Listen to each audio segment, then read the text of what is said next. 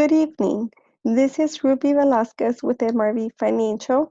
Thank you so much for joining us on this monthly on our YouTube channel for our topic of the week.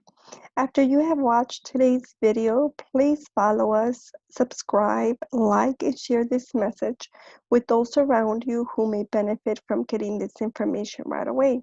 You may also find us as MRV Financial on Facebook, Spotify, LinkedIn, and Instagram. And if you have any questions directly for us, please do not hesitate to send us a message. Let's get on with our topic of the week. For this week's topic, we're going to talk about tax planning for the self-employed. Last week, we talked about the general reasons that might change your tax status this year from a personal level and a business level. And this time we wanted to come back around and prepare you as a self-employed or contractor for your tax planning. You know, the kinds of things that you would account for as part of your taxes. If this is your first year filing as self-employed, this is a great topic for you.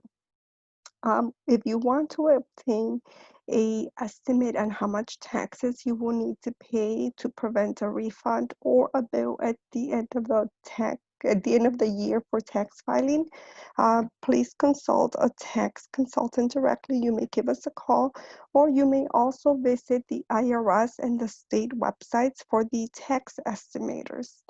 As far as the presentation of the documents that you need to be ready to present to your tax preparer, keeping a very good bookkeeping of your income, your expenses, and if you have inventory, that's going to be essential for a business to get into the habit of keeping the books up to date all the time. This is one of those housekeeping rules that all the businesses have. um, the first thing that you're going to want to make sure that you have in line is all of the income, all the expenses, and all of the inventory that you have. Your income and expenses will be need to be provided in your, you can, if you have QuickBooks, that's great. You can pull your profit and loss reports along with your balance sheet. That's going to bring everything to date. If you have been keeping a very good log of your inventory, that's also going to be a report that you have in your system that you can pull as well. The taxes that you should be accounting for to pay are your FICA taxes, Social Security, state, and federal. If you have any employees, do account that you would pay for half of their FICA and their Social Security along with them.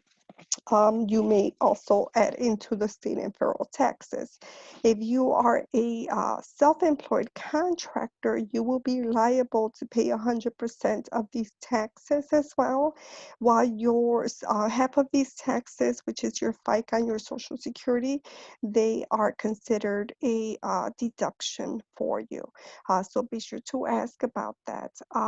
Do come prepared to talk about your business plan. Where is your business going in the next 5 years? How are you planning to fund the business? Because these are going to be very good questions for the preparation and presentation to the IRS and the state officials as well. When it comes down to lenders, they're going to be asking for your tax file. So if if your company is not making any income, that's going to hurt you. So you have to make sure that you present all of the information to your tax preparer so that they could give you the tax planning and you know what goals your company needs to reach for your company to reach you know a certain income or a certain goal for you to be able to qualify for lending.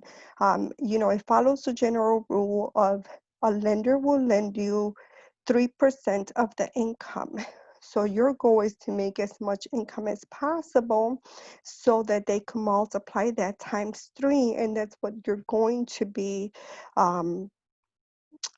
able to borrow. But if your company is not making any money, then obviously, you know, there's not going to be many lending opportunities as your you're constantly putting in money into the company. So that is one of the very valuable aspects of getting your bookkeeping in order right away and understanding what a loss means versus a gain on your books, so that you can see where your company is losing money and where your company is actually earning money, so that you can make the appropriate decisions with a tax person next to you.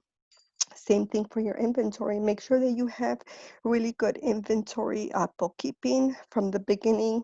You know what you're selling, what you're buying, and then your ending inventory. Very important to have very good, clean records on that as well.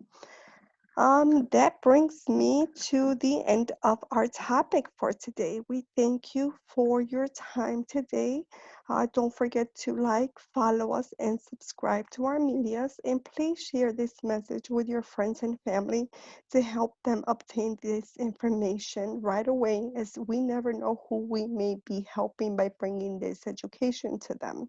We can all make better decisions when we have the proper knowledge on time. Thank you so much, and we will see you next week. Bye.